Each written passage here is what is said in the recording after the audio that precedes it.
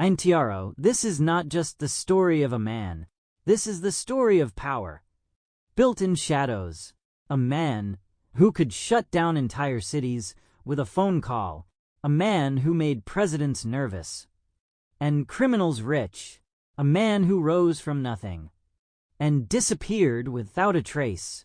His name was Jimmy Hoffa, and behind his rise was a world of deals, intimidation, loyalty, and betrayal. Part 1. The making of power. James Riddle Hoffa wasn't born into power. He was born into struggle. Growing up during the Great Depression, Hoffa saw what it meant to be powerless. Workers had no leverage, no protection, no voice, so he built one. Starting as a warehouse worker, Hoffa quickly realized something most people didn't. Power doesn't come from money. It comes from control, and control comes from organization. He began organizing workers, convincing them to stand together, strike together, demand together.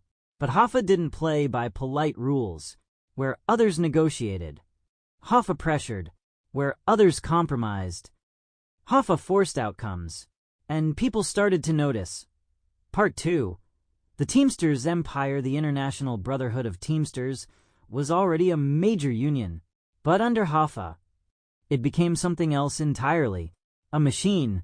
Truck drivers controlled the arteries of America. Goods, food, fuel. Control the drivers. You control the country. Hoffa understood logistics like a general understands war. He unified local unions. He expanded influence. He enforced loyalty. And most importantly, he made deals, not just with businesses, but with the underworld. Part 3. The mob connection. Behind closed doors, Hoffa's empire intersected with organized crime. Figures from groups like Cosa Nostra saw opportunity. Hoffa needed muscle. The mob needed access. It was a perfect exchange. Union pension funds, billions of dollars, became a financial engine. Money flowed into construction projects, casinos, and developments, especially in places like Las Vegas. But this wasn't clean money. This was influence money. Loans were approved not by risk, but by relationships. And if someone didn't cooperate, they didn't last long in the system. Part 4. Power through fear. Hoffa's leadership style wasn't subtle. It was effective. Witnesses disappeared. Opponents were threatened. Deals were enforced. There were allegations of jury tampering, bribery, intimidation, financial manipulation, and yet Hoffa remained untouchable for years. Why? Because he wasn't just a man. He was a network. Politicians, businessmen, union leaders, many depended on him. Taking down Hoffa meant destabilizing an entire system. Part 5. The government strikes back, but eventually someone pushed back. Robert F. Kennedy made Hoffa a personal target. To Kennedy, Hoffa represented everything corrupt in American labor and organized crime. Their conflict became legendary. Court cases, investigations, surveillance, a relentless pursuit, and finally, it worked. Hoffa was convicted, not for everything he was accused of, but enough. He went to prison. Part 6. The fall and the return. Most men would fade after prison. Hoffa didn't. After his release, he wanted his empire back. But the world had changed. New leadership had taken control of the Teamsters.